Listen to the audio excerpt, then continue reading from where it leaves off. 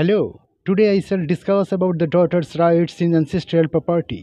The Supreme Court of India has consistently affirmed that the daughters have equal rights to ancestral property as the sons, even after their marriage according to the Hindu Succession Amendment Act 2005. ভারতের মহামান্য supreme court ধারাবাহিকভাবে নিশ্চিত করেছেন যে 2005 সালে সংশোধিত হিন্দু উত্তরাধিকার আইন মোতাবেক কন্যা সন্তানদের অন্যান্য পুত্র সন্তানদের মতোই পৈতৃক ও ওয়ারিশান সূত্রে প্রাপ্ত পূর্বপুরুষের সম্পত্তির উপর সমান অধিকার রয়েছে।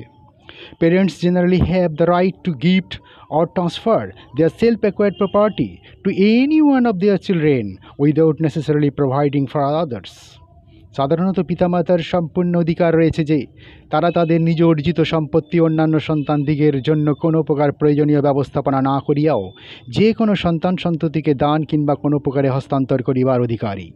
However, the intent behind the transfer is very much crucial.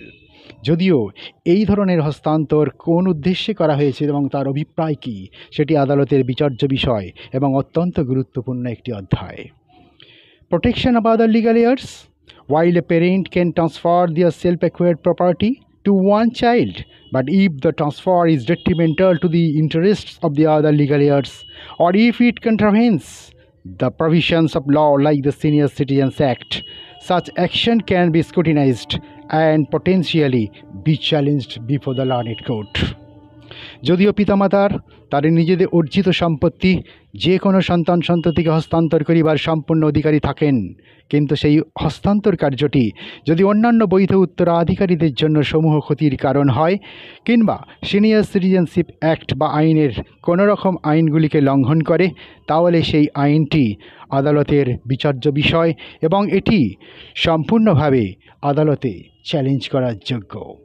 It can be challenged before the learned court. Thanks. Akhtar Imam Sardar, Akhtar, Judges Court at Howrah, Advocate.